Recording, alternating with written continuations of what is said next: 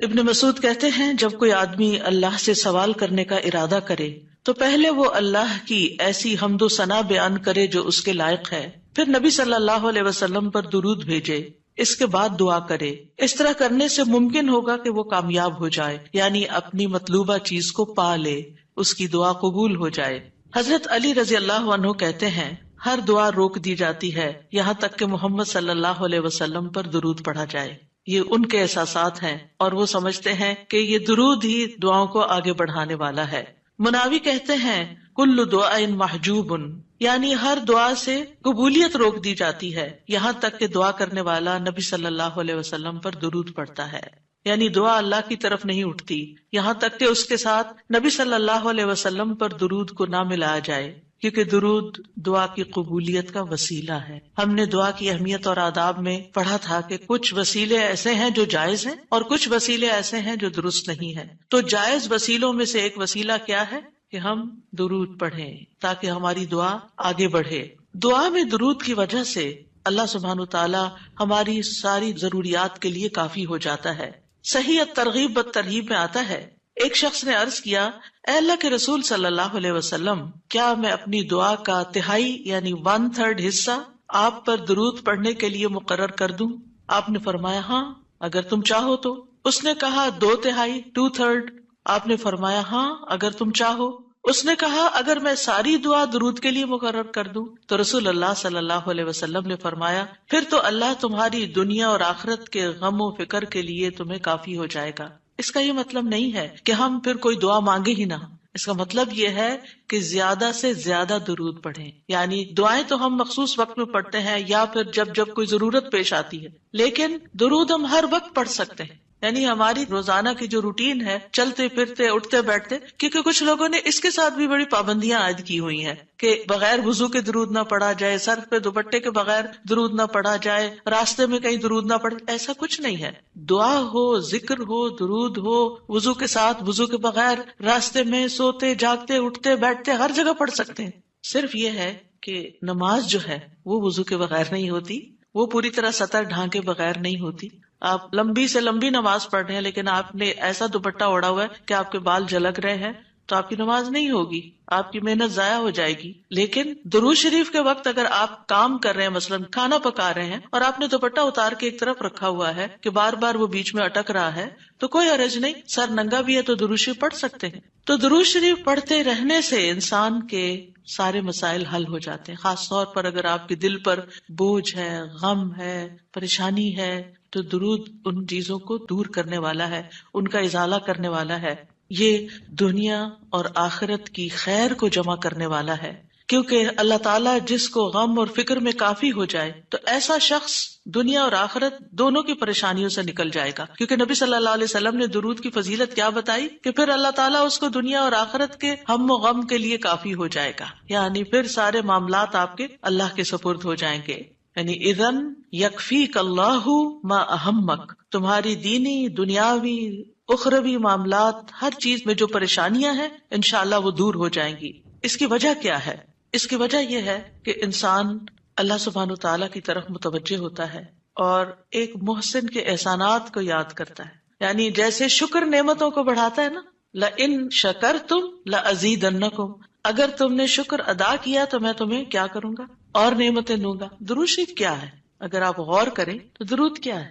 درود دراصل نبی صلی اللہ علیہ وسلم کے ہم پر جو احسانات ہیں کہ آپ نے ہمیں ایمان سے روشناس کیا، قرآن سے روشناس کیا، حکمت سے روشناس کیا اور ہماری خاطر دعائیں کی، بے شمار احسانات ہیں نا آپ صلی اللہ علیہ وسلم۔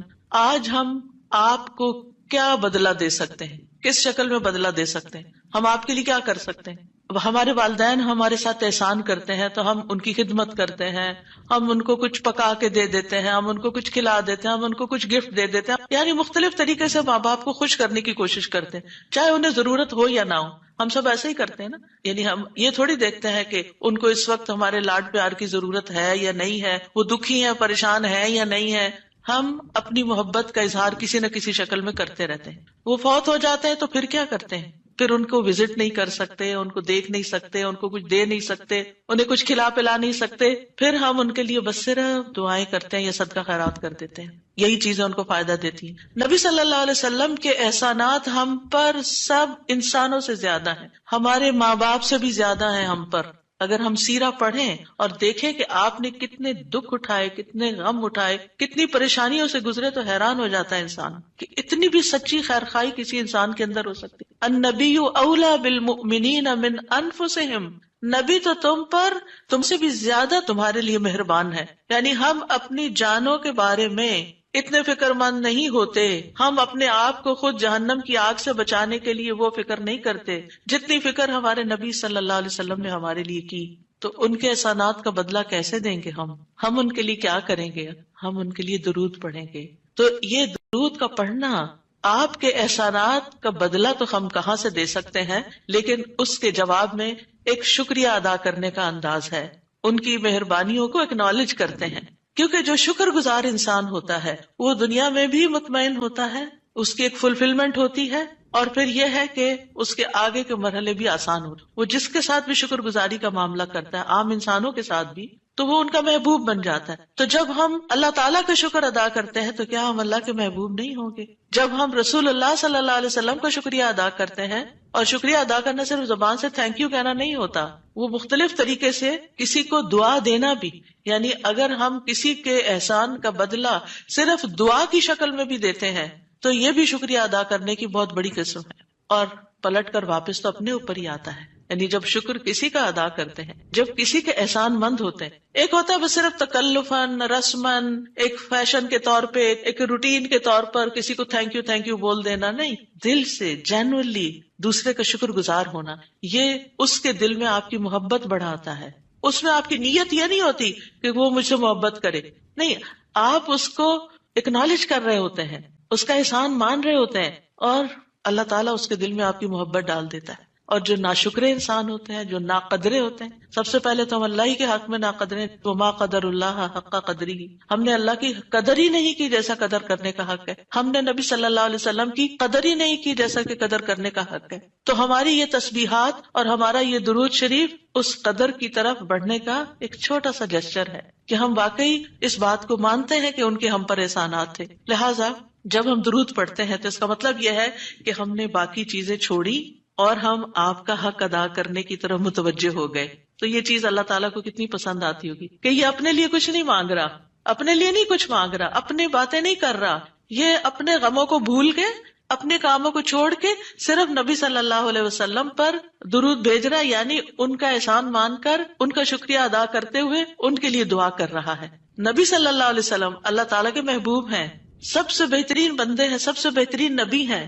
اللہ تعالیٰ ان سے محبت کرتا ہے. اللہ تعالیٰ فرماتے قل ان کنتم تحبون اللہ فاتبعونی یحببکم اللہ، کہہ دیجیے اگر تم اللہ سے محبت کرتے ہو میری اتباع کرو، اللہ تم سے محبت کرے گا. تو نبی صلی اللہ علیہ وسلم کی اتباع ہو، آپ کی سنتوں پر عمل کرنا ہو، آپ پر درود پڑھنا ہو، یہ سب کس میں اضافہ کرتا ہے؟ اللہ کی محبت بندے کو ملتی ہے. یحببکم اللہ، اللہ تم سے محبت کرے گا. اور اللہ تعالیٰ جس سے محبت کرے پھر اس کی تو بات ہی کیا، سیجعل لهم الرحمن ودا، اس کے مسائل کیسے حل نہیں ہوں گے؟ اس کے مسائل ضرور حل ہوں گے، اس کے غم دور ہوں گے، اس کی پریشانیاں دور ہوں گی. لہٰذا جب ہم اس سٹیٹ میں آ جاتے ہیں تو پھر آپ دیکھیں کہ یہ درجہ اس سے بھی بڑھ جاتا ہے جو ہم اپنے لیے خود کچھ مانگ رہے ہوتے ہیں نا. کیونکہ جب آپ کو کسی سے محبت ہوتی ہے تو آپ اس کے لیے کچھ بھی کرنے کو تیار ہوتے ہیں. یہ تو انسان کا حال ہے، انسان کی محبت ہے نا. تو جس انسان سے اللہ کو محبت ہو پھر اس کے مسئلے کیسے حل نہیں ہوں گے؟ اللہ سبحانہ وتعالیٰ اس کے لیے بہترین چیزیں کیوں نہیں کریں گے؟ تو اس طرح یہ درود جو ہے وہ دعا سے بھی بازی لے جاتا ہے کہ انسان اللہ کی محبت حاصل کر لیتا ہے، اور اس کے نتیجے میں دعائیں قبول ہوتی ہیں اور اللہ تعالیٰ کی طرف سے رحمتیں آتی ہیں، درجے بلند ہوتے ہیں، گناہ معاف ہوتے ہیں. لیکن اس کا یہ مطلب ہرگز نہیں کہ آپ باقی دعائیں نہ مانگیں، کیونکہ خود نبی صلی اللہ علیہ وسلم نے ساری دعائیں مانگی ہیں. یہ جو ہم آپ کو جتنی بھی دعائیں سکھا رہے ہیں یہ مسنون دعائیں ہیں، ان کو دعا سمجھ کے پڑھیں اور اس کو ریپیٹڈلی پڑھیں، کیونکہ دعا میں تکرار بھی ضروری ہے. ہم آداب میں پڑھ چکے ہیں، اصرار ضروری ہے، تکرار ضروری ہے، افتقار ضروری ہے. تو اپنی محتاجی، اپنی عاجزی، اپنی ہمبلنس کو ظاہر کرتے ہوئے اللہ تعالیٰ سے مانگتے رہیں. تو درود جو ہے اس کے بارے میں جو قرآن مجید میں آتا ہے، آیت دوبارہ سنتے ہیں. بے شک اللہ اور اس کے فرشتے نبی پر رحمت بھیجتے ہیں. اے لوگو جو ایمان لائے ہو، تم بھی ان پر درود بھیجو اور خوب خوب سلام بھی بھیجتے رہا کرو. ان اللہ وملائکتہ یصلون علی النبی، اللہ سبحانہ وتعالی خود اور اس کے فرشتے نبی صلی اللہ علیہ وسلم پر درود بھیجتے ہیں. اللہ سبحانہ وتعالی درود بھیجتے ہیں، اس کا کیا مطلب ہے؟ یعنی اللہ سبحانہ وتعالی ملائے اعلیٰ میں، آسمانوں کی بلند مجلس میں اپنے بندے، اپنے نبی محمد صلی اللہ علیہ وسلم کی تعریف کرتے ہیں، ان کے بلند مرتبے اور ان کی بلند شان کی خبر دیتے ہیں. اللہ تعالیٰ ان کی خود تعریف کرتے ہیں، ثنا کرتے ہیں، آپ پر رحمتیں اور برکتیں نازل کرتے ہیں. اور فرشتے بھی درود بھیجتے ہیں. جیسے فرشتے تسبیح کرتے ہیں نا، اور جیسے کائنات کی باقی چیزیں سب اللہ کی حمد و ثنا کرتے ہیں، تو نبی صلی اللہ علیہ وسلم پر بھی فرشتے درود بھیجتے ہیں. اور ان کا درود بھیجنا کیا ہے کہ آپ کے لیے رحمت اور مغفرت اور بلندی درجات کی دعا. یعنی ایک تو فرشتے ایمان والوں کے لیے دعا کرتے ہیں، دوسرا یہ کہ فرشتے نبی صلی اللہ علیہ وسلم کے لیے خاص دعائیں کرتے ہیں. تو اگر اللہ تعالیٰ ان پہ درود بھیجتا ہے، ان پہ رحمتیں نازل کرتا ہے، فرشتے درود بھیجتے ہیں، تو پھر اہل ایمان کو کیا کرنا چاہیے؟ پہلے اللہ تعالیٰ اور فرشتوں کی بات کی گئی تاکہ ہمارے اندر بھی شوق پیدا ہو کہ ہم بھی درود بھیجیں. یا ایھا الذین آمنوا صلوا علیہ وسلموا تسلیما، اے ایمان والو تم بھی آپ پر خوب خوب درود اور سلام بھیجو، صلاۃ و سلام بھیجو. یعنی پہلے آسمان والوں کی خبر دی گئی کہ فرشتے ایسا کر رہے ہیں، پھر زمین والوں کو حکم دیا جا رہا ہے کہ تم بھی ایسا کرو.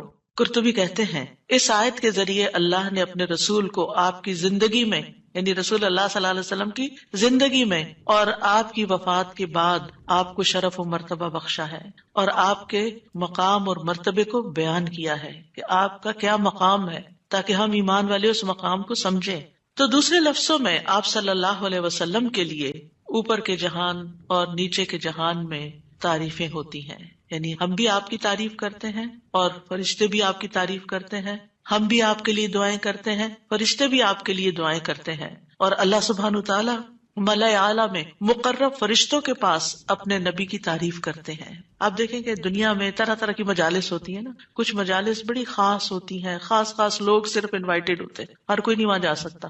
آسمانوں میں بھی خاص مجالس، اللہ سبحانہ وتعالیٰ کے جو خاص مقرب فرشتے ہیں جنہیں وہ حکم دیا گیا تھا کہ آدم کو سجدہ کرو، جن کے سامنے اللہ تعالیٰ نے یہ بات رکھی تھی کہ میں آدم کو پیدا کرنے جا رہا ہوں. یہ گیدرنگ جو ہے اس کو ملائے اعلیٰ کہتے ہیں. ملا کہتے ہیں سرداروں کو، اور اعلیٰ کہتے ہیں بلند سردار. تو یہ ایلیٹ کلاس ہے فرشتوں کی کہ جس کے سامنے اللہ سبحانہ وتعالیٰ نے حضرت آدم کی پیدائش کی بات کی تھی اور پھر اس کے بعد سجدے کا حکم دیا گیا تھا. تو مقرب فرشتوں کے درمیان یا ان کے پاس اللہ سبحانہ وتعالیٰ نبی صلی اللہ علیہ وسلم کی تعریف کرتے ہیں. ذرا سوچئے، امیجن کیجئے فرشتوں کی مجلس. ویسے تو کوئی فرشتہ اللہ کی نافرمانی نہیں کرتا، ہر فرشتہ اطاعت گزار ہے، ہر فرشتہ اللہ کی بات مانتا. یفعلون ما یؤمرون، لپکتے ہیں، دوڑتے ہیں، بھاگتے ہیں، تیز بھاگتے ہیں ایک دوسرے سے. فالسابقات سبقا، ایک دوسرے سے سبقت لے جاتے ہیں اللہ کا حکم ماننے میں. یعنی فرشتوں کا یہ حال ہے. لیکن ان کی کیٹیگریز ہیں. سورۃ فاطر کے شروع میں کیا آتا ہے؟ جاعل الملائکۃ رسلا اولی اجنحۃ مثنی وثلاث ورباع ویزید فی الخلق ما یشاء. 2 پروں والے فرشتے بھی ہیں، 3 والے بھی ہیں، 4 والے بھی ہیں، اور پھر اللہ جتنی چاہتا ہے بڑھا دیتا ہے. جبریل علیہ السلام کے تو 600 پر ہیں. سوچئے کیا کیفیت ہوگی ان کی. اور پھر جو حاملین عرش فرشتے ہیں، ان کے کندھے سے لے کے یہاں کان کی لو تک 700 سال کا فاصلہ ہے. اتنا عرصہ کوئی سفر کرتا رہے. اب آپ خود سوچیں کہ اتنے بڑے فرشتے ہیں وہ، ان کے سامنے اللہ سبحانہ وتعالی محمد صلی اللہ علیہ وسلم کی تعریف فرماتے ہیں. آپ کے مقام کا اندازہ کریں. کیا ہم نے قدر کی اپنے نبی کی؟ ہم کیا درود پڑھتے ہیں، ہم کیا تعریف کرتے ہیں، ہم کتنا جانتے ہیں آپ کو، ہم آپ کی سنت کو کیا سمجھتے ہیں. حدیث، یہ تو حدیث ہے، یہ قرآن تو نہیں ہے. استغفر اللہ. آپ نے دین کے مختلف چیزوں میں فرق کر دیا جس کو خود رسول اللہ صلی اللہ علیہ وسلم دے کر گئے تھے. آپ کس راہ پہ چل پڑے. تو آپ سوچئے کہ اللہ کے رسول صلی اللہ علیہ وسلم کی تعریف وہاں ہو رہی. راہ گزرتا بھی کوئی ہماری تعریف کر دے نا تو ہم ایسے بھول جاتے ہیں کہ بڑی چیز ہو گئے، ہم پتہ نہیں کیا بن گئے ہیں. اس کو بھی بہت کچھ سمجھتے ہیں. کبھی فیس بک پہ لگاتے ہیں یہ فلاں نے ہماری تعریف کی ہے، کبھی کچھ کرتے ہیں کبھی کچھ کرتے ہیں تعریف. آپ سوچئے پھر ہم کیا ہے اور محمد صلی اللہ علیہ وسلم کیا ہے جن کی تعریف اللہ تعالیٰ کر رہے ہیں اور وہ فرشتوں کی مجلس میں کر رہے ہیں. اس تعریف کا کیا کہنا. ایسے پیغمبر پر، ایسے نبی پر کیا ہم درود نہیں بھیجیں گے؟ کیا ہم ان کے لیے دعائیں نہیں کریں گے؟ اللہ سبحانہ تعالیٰ سے ان کے لیے وسیلہ نہیں مانگیں گے؟ تو صلاۃ کا جو لفظ ہے، صلاۃ کا لفظ اس کے معنی میں رحمت بھی ہے، ذکر خیر بھی ہے، دعا بھی ہے. رحمت، ذکر خیر اور دعا. قاموس میں ہے الصلاۃ الدعاء والرحمت والاستغفار وحسن الثناء من اللہ عز وجل علی رسولہ صلی اللہ علیہ وسلم. صلاۃ سے مراد دعا، رحمت، استغفار اور اللہ عز وجل کی طرف سے اس کے رسول کی تعریف ہے. یعنی درود کا یہ مطلب ہے، یعنی اللہ تعالیٰ کی طرف سے صلاۃ بھیجنے کا مطلب کیا کہ اللہ تعالیٰ آپ سے راضی ہیں اور آپ پر رحمت نازل کرتے ہیں. ٹھیک ہے، یعنی اللہ تعالیٰ آپ پر درود بھیجتے ہیں، یعنی آپ پر رحمت نازل کرتے ہیں اور آپ سے راضی ہیں. ابن قیم کہتے ہیں نبی صلی اللہ علیہ وسلم پر اللہ کے صلاۃ بھیجنے سے مراد اللہ سبحانہ تعالیٰ کا آپ کی تعریف کرنا ہے اور آپ کی دیکھ بھال کرنا ہے اور آپ کے شرف کو ظاہر کرنا ہے اور آپ کی فضیلت اور حرمت کو ثابت کرنا ہے. اور فرشتوں کے صلاۃ بھیجنے کا مطلب کہ وہ دعا کے معنی میں ہے کہ وہ نبی صلی اللہ علیہ وسلم کے لیے دعا مانگتے ہیں. اور یہ بھی ممکن ہے کہ وہ اللہ سبحانہ تعالیٰ کے ساتھ مل کر نبی صلی اللہ علیہ وسلم کی تعریف کرتے ہیں کہ فرشتے بھی آپ کی تعریف کرتے ہیں. ابو عالیہ کہتے ہیں کہ معزز فرشتوں کا صلاۃ بھیجنا ان کا دعا کرنا ہے نبی صلی اللہ علیہ وسلم کے لیے. ابن عباس کہتے ہیں یصلون کا مطلب ہے وہ برکت کی دعا کرتے ہیں. یہ سارے معنی میں اختلاف نہیں ہے، یہ مختلف طریقے سے صلاۃ کے لفظ کو واضح کیا گیا، کیونکہ عام طور پر ہمیں لفظ درود کا بھی مطلب کوئی نہیں آتا ہوتا. یعنی کہ اگر کسی سے پوچھے درود کیا ہوتا ہے، کچھ پتہ نہیں، بس ہوتا ہے درود. تو عربی میں درود نہیں کہتے، یہ فارسی کا لفظ ہے. عربی میں صلاۃ کہتے ہیں اور صلاۃ میں یہ سارے معنی آ جاتے ہیں جو میں عرض کر رہی ہوں. اور امت کو کیا حکم ہے کہ وہ آپ کے لیے دعا بھی کریں اور آپ کے حکم کی تعظیم بھی کریں. آپ کے حکم کو جو نبی صلی اللہ علیہ وسلم کا حکم ہے اس کو سب کے حکم پر فوقیت دیں، اس کو بڑا سمجھیں. ایک طرف ماں باپ کا حکم، ایک طرف رسول اللہ صلی اللہ علیہ وسلم کا حکم. اگرچہ اللہ سبحانہ تعالیٰ نے ہمیں ماں باپ کے ساتھ احسان کا حکم دیا ہے، ان کی بات ماننے کے لیے بھی کہا ہے، لیکن ان کے مقابلے میں اگر رسول اللہ صلی اللہ علیہ وسلم آ جاتے ہیں تو پھر ہمیں رسول اللہ صلی اللہ علیہ وسلم کی بات کو فوقیت دینی ہے، ترجیح دینی ہے، اہمیت دینی ہے. کیونکہ وہ شخص مومن ہی نہیں ہو سکتا جس کو نبی صلی اللہ علیہ وسلم اس کے والدین، اولاد اور سب انسانوں سے زیادہ محبوب نہ ہو جائیں. یہ ایمان کا کرائیٹیریا ہے. سارے انسانوں، چاہے کوئی کتنے بڑے بڑے اسکالرز ہوں، سائنٹسٹ ہوں، ریسرچرز ہوں، چاند پہ جانے والے لوگ ہوں، جو مرضی ہوں، جہاں رسول اللہ صلی اللہ علیہ وسلم کی بات آ گئی، یہ بات سچی ہے. صدق اللہ و رسولہ، اللہ اور اس کے رسول نے سچ کہا ہے. صحیح اوتھینٹک حدیث سامنے آ گئی ہے، ایسا ہی کرنا چاہیے. ریسرچز کہتی ہیں شہد نہ کھایا جائے کیونکہ اس میں بہت سویٹنس ہے.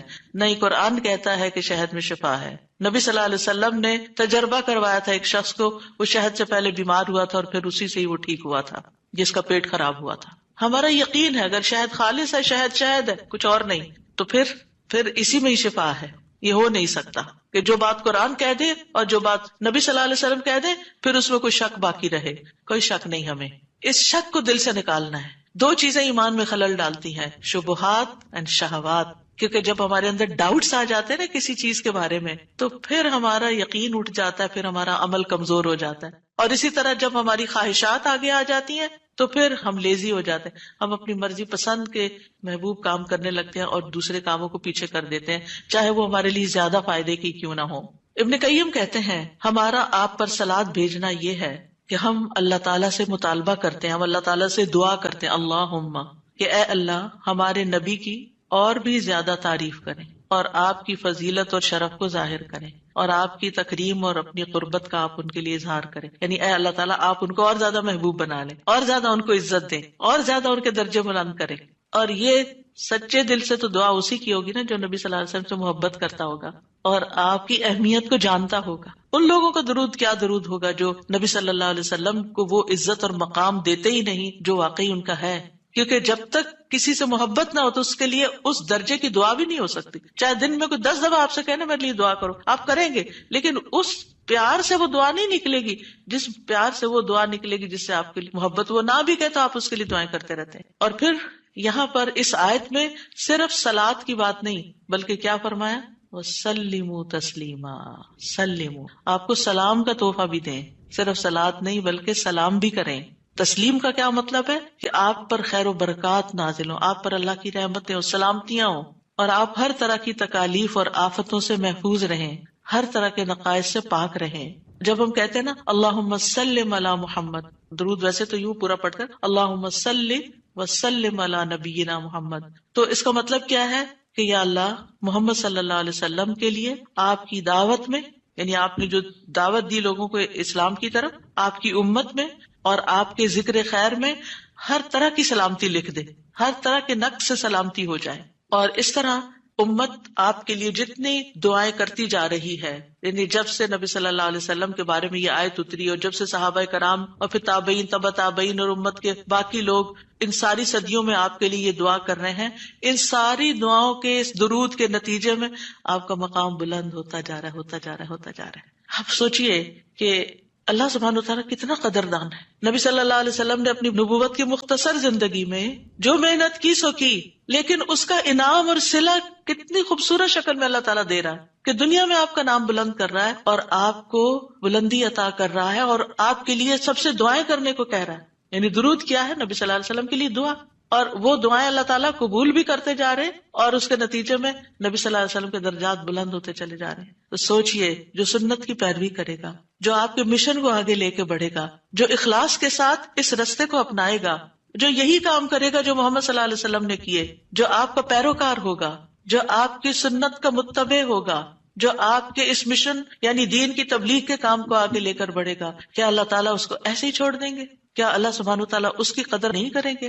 ہم سب انسان کسی نہ کسی طرح دنیا میں بلندی چاہتے ہیں، کوئی ڈگری کے ذریعے، کوئی مال کے ذریعے، کوئی کسی ذریعے دوسروں سے آگے نکلنا چاہتا ہے، بلند مرتبہ ہونا چاہتا ہے. لیکن اس راستے کو چھوڑ دیتے ہیں کیونکہ اس راستے کو بظاہر یوں لگتا ہے کہ اس سے کیا ملے گا ہمیں، اس سے کون سی بلندی مل جائے گی، اور اس طرح ہم نبی صلی اللہ علیہ وسلم کے طریقہ کار کو چھوڑ کر اور طریقوں کو اختیار کرنے لگتے ہیں. ہم سمجھتے ہیں شاید اس میں زیادہ خیر ہے یا اس سے ہمیں زیادہ بھلائی یا کوئی بڑائی مل جائے گی. نہیں، اصل بات یہ ہے کہ ہمیں جو عزت یہ دین دے سکتا ہے، جو مرتبوں کی بلندی، جو اللہ کی رحمتیں، جو خیر اور لازوال نعمتیں جنہیں کبھی ختم نہیں ہونا، جو اس راستے سے مل سکتی ہیں، وہ دنیا میں کوئی اور راستہ ہے ہی نہیں ان سب نعمتوں کو پانے کا. پھر بھی ہم اپنے دین کو حقیر سمجھتے ہیں اور دین کی خدمت کو فارغ وقت کا کام سمجھتے ہیں اور پورے خوشی اور محبت اور خلوص کے ساتھ یہ کام نہیں کرنا چاہتے. ہمیں ضرورت رہتی ہے کہ کوئی اور آئے، دھکا سٹارٹ کرے اور پھر ہم آگے بڑھیں، کوئی ہمیں موٹیویٹ کرے تو پھر ہم کچھ کریں. ہم خود سے کچھ کرنے والے نہیں. ہم کس بات کے انتظار میں ہیں؟ اصل مشکل یہ کہ ہمارے یقین میں کمی ہے، تو اس یقین کو بڑھانے کی ضرورت ہے. تو اللہ سبحانہ وتعالیٰ اپنے فرشتوں کے بعد ایمان والوں کو حکم دیتا ہے کہ اے مومنو، تم تو زیادہ حقدار ہو کہ نبی پر درود و سلام بھیجو، کیونکہ تمہیں ان کی رسالت سے جو برکتیں حاصل ہوئی ہیں، جو فیض حاصل ہوا ہے، وہ فرشتوں کو تو نہیں ہوا نا. فرشتے تو پہلے سے اللہ کی عبادت کرے.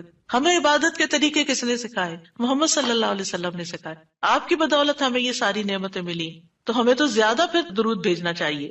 تو صلو علیہ وسلموا تسلیما. تو آپ کا حق اور آپ کی عزت اور آپ کی قدردانی صرف یہ نہیں کہ ہم آپ کی شان میں کوئی گستاخی نہ کریں یا کوئی گستاخی کرے تو اس کے پیچھے پڑ جائیں. آپ کا مقام اس سے زیادہ کا متقاضی کہ آپ پر درود و سلام بھیجا جائے. اور یہ قرآن سے بھی ثابت، اور یہ سنت سے بھی ثابت، اور یہ فرشتوں کا طریقہ بھی ثابت. اسی لیے آپ دیکھیں کہ نماز کے اندر درود پڑھنا واجب ہے. واجب ہے. اگر آپ نے اتحیات پڑھ کے سلام پھیر دیا، درود نہیں پڑھا، تو آپ کی نماز ناقص ہے. لیکن اگر آپ کو وضو ٹوٹ رہا ہے مثال کے طور پر، اور آپ سوچتے ہیں کہ اب اگر میں اس موقع پر میری نماز جاتی ہے تو میں کیا کروں گا، تو اگر آپ صرف اتنا بھی پڑھ دیتے ہیں نا، اللہم صلی وسلم علی نبینا محمد، اور سلام پھیر دیتے ہیں، نماز ہو جاتی ہے. تو یہ یعنی عام حالات میں بھی ہم درود پڑھ سکتے ہیں اور نماز میں تو پڑھنا ہی پڑھنا ہے. اور پھر اذان کے بعد اور مختلف مواقع پر انشاءاللہ دیکھتے ہیں. شیخ سعدی کہتے ہیں آپ صلی اللہ علیہ وسلم پر درود بھیجنا اللہ سبحانہ تعالیٰ اور اس کے فرشتوں کی اقتدا ہے اور جو حقوق ہم پہ عائد ہوتے ہیں اس کا بدلہ دینا بھی مقصود ہے.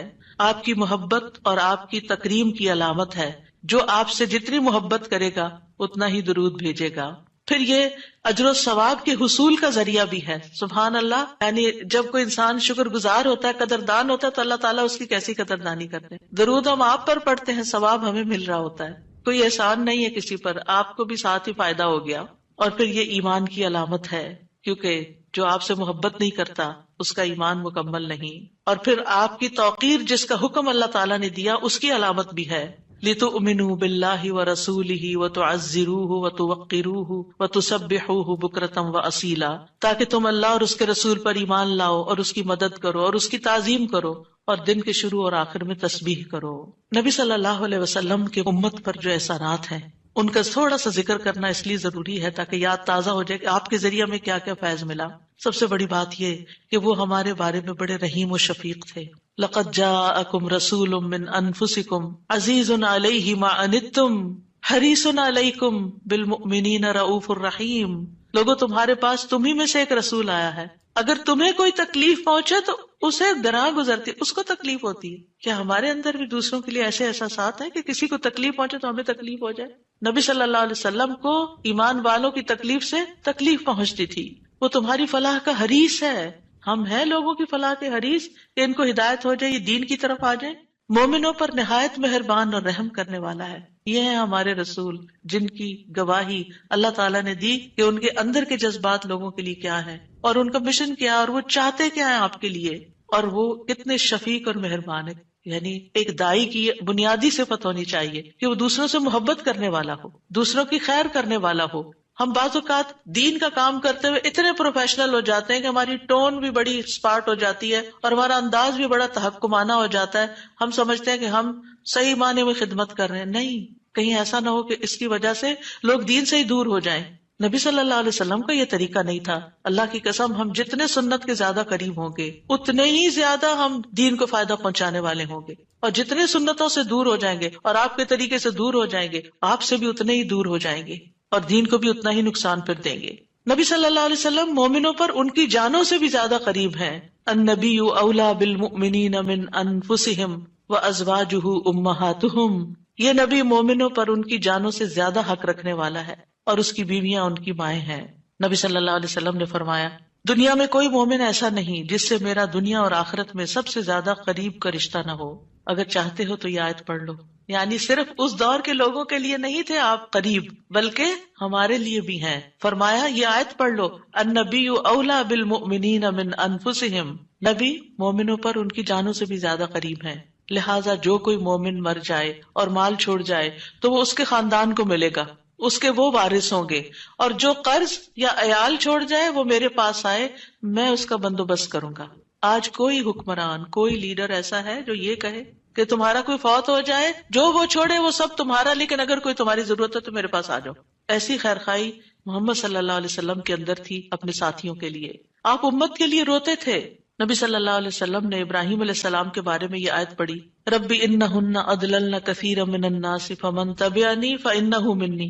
کہ اے میرے رب، ان بتوں نے بہت سے لوگوں کو گمراہ کر دیا ہے، تو جو میری پیروی کرے وہ مجھ سے ہوگا. اور یہ آیت جس میں عیسیٰ علیہ السلام کہتے ہیں ان تعذبہم فانہم عبادک وان تغفر لہم فانک انت العزیز الحکیم. اے اللہ، اگر تو انہیں عذاب دے، یعنی جو میرے پیروکار ہیں، تو تیرے بندے ہیں دے دے، اور اگر تو بخش دے تو بے شک تو عزیز الحکیم ہے. نبی صلی اللہ علیہ وسلم نے کیا فرمایا؟ ابراہیم علیہ السلام نے کہا بس وہ میرے ہیں جو میری پیروی کرے. عیسیٰ علیہ السلام نے کہا تیرے بندے ہیں، تو چاہے تو سزا دے. نبی صلی اللہ علیہ وسلم کو دیکھیے، پھر آپ نے یہ 2 آیتیں پڑھ کے اپنے ہاتھ اٹھائے اور فرمایا اے اللہ، میری امت، میری امت، امتی امتی. اور آپ رونے لگ گئے.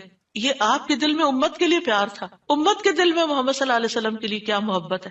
تو اللہ عز و جل نے فرمایا اے جبریل جاؤ محمد کے پاس، حالانکہ تیرا رب خوب جانتا ہے، اور ان سے پوچھو کہ کیوں رو رہے ہیں. جبریل علیہ السلام آپ کی خدمت میں آئے اور آپ سے رونے کی وجہ پوچھی تو رسول اللہ صلی اللہ علیہ وسلم نے انہیں بتا دیا کہ میں اپنی امت کے لیے رو رہا ہوں، حالانکہ اللہ سب سے زیادہ جاننے والا ہے. تو اللہ تعالیٰ نے فرمایا اے جبریل محمد کی طرف جاؤ اور ان سے کہہ دو کہ ہم آپ کو آپ کی امت کے بارے میں ضرور راضی کر دیں گے اور ہم آپ کو غمگین نہیں کریں گے.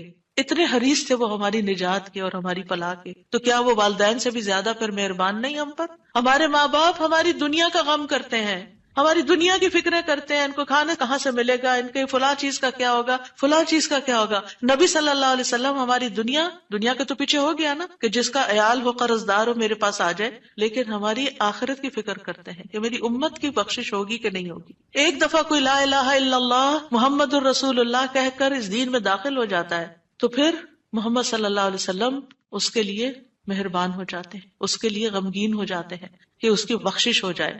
آپ ہر نماز میں امت کے لیے دعائیں کرتے تھے، ہر نماز میں۔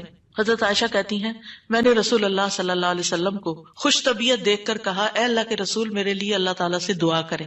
آپ نے فرمایا اللہم اغفر لعائشہ ما تقدم من ذنبها وما تأخر وما اسرت وما اعلنت، اے اللہ عائشہ کے سب گناہ بخش دے، جو اس نے پہلے کیے، جو بعد میں کیے، جو چھپا کے کیے، جو اعلانیہ کیے۔ خوشی سے حضرت عائشہ نے ہنسنا شروع کر دیا، یہاں تک کہ ہنستے ہنستے ان کا سر رسول اللہ صلی اللہ علیہ وسلم کی گود میں جا پڑا۔ آپ نے پوچھا کیا تمہیں میری دعا نے خوش کر دیا؟ انہوں نے کہا بھلا مجھے کیا ہے کہ آپ کی دعا خوش نہ کرے، آپ کی دعا سے ہی خوش ہوئی ہوں۔ آپ نے فرمایا اللہ کی قسم میں ہر نماز میں اپنی امت کے لیے یہ دعا کرتا ہوں۔ یہ احسانات ہیں آپ کے ہم پر، اور آپ نے اپنی مقبول ترین دعا جو تھی اپنی امت کے لیے محفوظ کر لی۔ نبی صلی اللہ علیہ وسلم نے فرمایا مجھ سے کہا گیا آپ مانگے، کیونکہ ہر نبی نے مانگا ہے، ہر نبی کو ایک مقبول دعا دی گئی ہے کہ جو اللہ تعالیٰ ضرور قبول کرے گا، لیکن میں نے اپنا سوال قیامت کے دن کے لیے مؤخر کر دیا، ڈیلے کر دیا، وہاں جا کے مانگوں گا، اور وہ تمہارے لیے ہوگا، اور لا الہ الا اللہ کی گواہی دینے والے ہر شخص کے لیے ہوگا۔ ہمیں اگر اللہ تعالیٰ کی طرف سے یہ پیغام آئے کہ کوئی ایک دعا مانگ لو وہ ضرور قبول ہوگی، تو ہم جھٹ سے اپنے لیے کوئی دنیا کی دعا مانگ لیں گے جو جلد ختم بھی ہو جانے والی۔ اس سے آپ کی حکمت کا اندازہ لگائیں اور ہمارے لیے آپ کی محبت کا اندازہ کریں۔ آپ کی وجہ سے امت کو شفاعت ملے گی۔ نبی صلی اللہ علیہ وسلم نے فرمایا مجھے 5 چیزیں ایسی دی گئیں جو مجھ سے پہلے کسی کو نہیں دی گئی، ان میں سے ایک مجھے شفاعت عطا کی گئی، یعنی نبی صلی اللہ علیہ وسلم کو شفاعت کا حق دیا گیا۔ نبی صلی اللہ علیہ وسلم امت کی شفاعت کی خاطر تمام رات فکر مند رہے۔ ابو ذر کہتے ہیں ایک مرتبہ رسول اللہ صلی اللہ علیہ وسلم نے نماز شروع کی اور ساری رات صبح تک ایک ہی آیت رکوع اور سجود میں پڑھتے رہے کہ اے اللہ اگر تو انہیں عذاب میں مبتلا کر دے تو یہ تیرے بندے ہیں، اور اگر تو انہیں معاف کر دے تو تو بڑا غالب حکمت والا ہے۔ جب صبح ہوئی تو میں نے عرض کیا یا رسول اللہ آپ ساری رات صبح تک رکوع اور سجود میں ایک ہی آیت پڑھتے رہے؟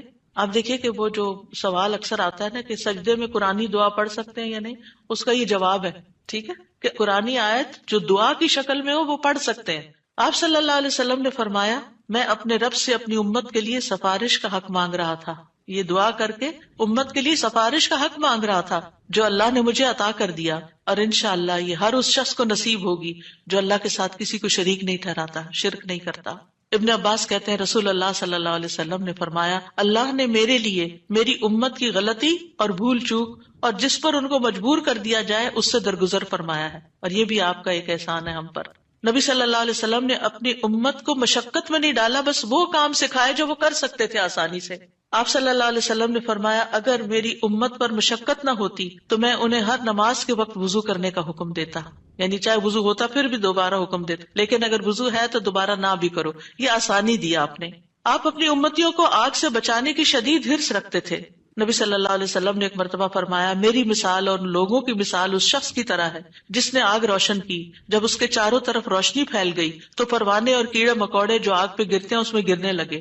وہ آدمی ان کو آگ سے دور کرتا ہے لیکن وہ اس کے قابو میں نہیں آتے بلکہ آگ میں داخل ہو جاتے ہیں۔ اسی طرح میں تمہاری کمروں سے پکڑ پکڑ کر تمہیں آگ سے روکتا ہوں اور تم اس میں گرتے جاتے ہو، یعنی میں تمہیں روکتا ہوں کہ وہ غلط کام نہیں کرو کہ جو آگ کی طرف لے جانے والے ہیں، اور تم رک نہیں رہے۔ اسی طرح آپ صلی اللہ علیہ وسلم نے اپنے بعد آنے والے امتیوں کے لیے بھی محبت کا اظہار کیا ہے۔ حدیث میں آتا ہے آپ نے فرمایا کاش میں اپنے بھائیوں سے مل پاتا۔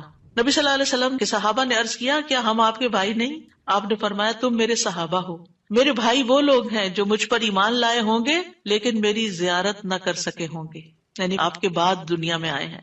پھر یہ ہے کہ درود شریف پڑھنے کے فائدے کیا ہیں؟ یہ تو تھا کہ آپ کے احسانات ہیں ہم پر، لہٰذا ہمیں انسان ہونے کی حیثیت سے ہمارے اوپر لازم ہے کہ احسان کا بدلہ چکائے اور ہم آپ پر درود پڑھیں۔ لیکن ویسے فائدے کیا ہیں؟ ایک بار درود بھیجنے پر 10 رحمتیں ملتی ہیں، صحیح مسلم کی روایت میں آتا ہے۔ سنن نسائی میں آتا ہے جو شخص مجھ پر 1 مرتبہ درود بھیجے گا اللہ اس پر 10 مرتبہ رحمتیں نازل کرے گا